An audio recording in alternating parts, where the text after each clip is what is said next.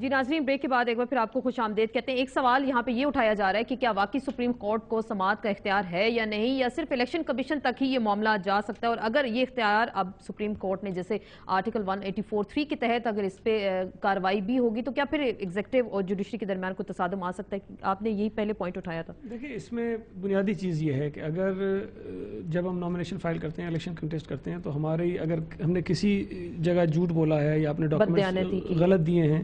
تو مخالفین ہوتے ہیں یا کوئی بھی لوگ ہوتے ہیں وہ الیکشن پٹیشن فائل کر دیتے ہیں خلاف ہمارے کہ جی انہوں نے یہ جو ڈاکومنٹ دیا یہ غلط ہے، تو وہ پھر الیکشن ٹریبیونل میں کیس چلتا ہے، اس کے بعد ہائی کورٹ جاتا ہے، اس کے بعد سپریم کورٹ میں آتا ہے فائنلی۔ اب یہ ایشو بھی میں سمجھتا ہوں کہ اس کو جانا انیشلی الیکشن کمیشن کے پاس چاہیے تھا، اس پہ الیکشن پٹیشن ہونی چاہیے، کیونکہ اگر سپریم کورٹ ڈائریکٹلی ان کیسز کو سننا شروع کر دیتا ہے تو پھر لوگوں کے پاس جو رائٹ ٹو اپیل ہوتا ہے وہ ختم ہو جاتا ہے۔ فیئر ٹرائل کا حق آپ کو نظر وہ رائٹ ٹو اپیل تو ختم ہو گیا نا، ہائی کورٹ بھی سپریم کورٹ کو معاملہ ٹیک اپ کرنا چاہیے تھا۔ اگر رحمان ملک صاحب کو محترم کو انگلستان جا کر اپنا باقاعدہ فائل کرنا پڑا، یہ بات یوسف رضا گیلانی صاحب کی ذمہ داری تھی کہ وہ ان کو بلا کر پوچھتے کہ جناب اگر یہ معاملہ ہے تو آپ فوری طور پر ریزائن کر دیں، میں آپ کو مشیر بنا دیتا ہوں۔ ہوتا یہ ہے کہ یہ جیسا میں نے کہا کہ یہ انتظامیہ کا ریکارڈ یہ کہ ایسے تمام معاملات اس میں سپریم کورٹ یہ ایکٹ نہیں کرتے انتظامیہ، اور ویکیوم کریٹ ہوتا ہے ایک ایڈمنسٹریٹو ویکیوم جس کو پھر سپریم کورٹ نے بار بار فل کرنا ہمارے معاملات میں بار بار لینا پڑا ہے۔ ان کے لیے 8 سال کی ریلیکسیشن مل جاتی ہے۔ جب سپریم کورٹ نے کہا پھر عدنان خواجہ کو نکال دیا، دیکھیں جی ہم نے درست کام کر دیا، جس طرح فیض نے کہا تھا تب وفا کیوں ہو جب عہد وفا طلب کریں۔ اب بار بار عہد وفا مستقل عہد وفا طلب کیا جا رہا ہے، پھر وفا کریں ورنہ نہیں کریں گے، تو جب مجبوری میں آگے کرنا ہے تو پہلے ہی کرتے ہیں۔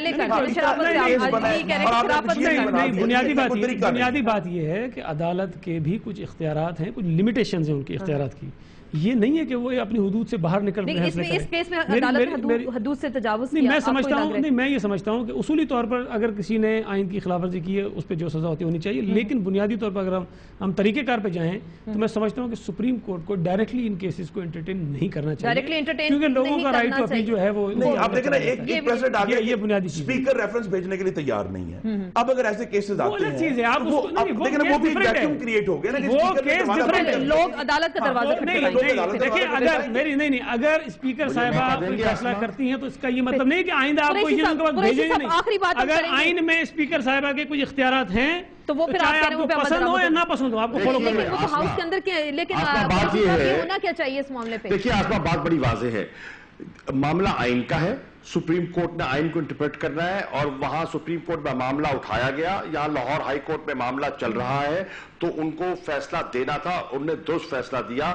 ایک نمبر 2، ہم دنیا کو سوال اٹھتا ہے پیغام کیا دے رہے ہیں؟ آج پاکستان سے پیغام دنیا کو کیا جا رہا ہے؟ اس ملک کا وزیر اعظم وہ ہے جو سزا یافتہ ہے، اس ملک کا وزیر داخلہ وہ ہے جو پرجری کرتا ہے، چیف جسٹس وہ ہے جس نے فوجی عامر کا تحت لیا ہوا ہے اور 2 دفعہ اتر لیا ہوا ہے پارلیمنٹ میں، اس ملک کا چیف جسٹس وہ ہے جس نے آئین کو اتر نہیں لیا۔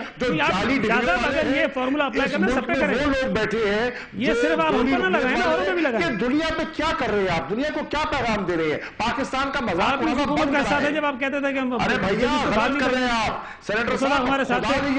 اپنی خوشامد آپ نے مان لیا کہ آپ کچھ بحال نہیں کرنا چاہ رہے تھے۔ اگر لوگ آج یہ کہتے ہیں ہم نہیں کر رہے تھے، بھائی یہ ساتھ ہے ہمارے، کریڈٹ لیتے ہیں کہ ہم نے بحال کیا نا کیا ہے۔ میں کہہ رہا ہوں کہ لوگ یہ کہتے ہیں دوہری شریعت کا آج مجھے یہ امریکہ کا اوتھ ہے میرے ساتھ،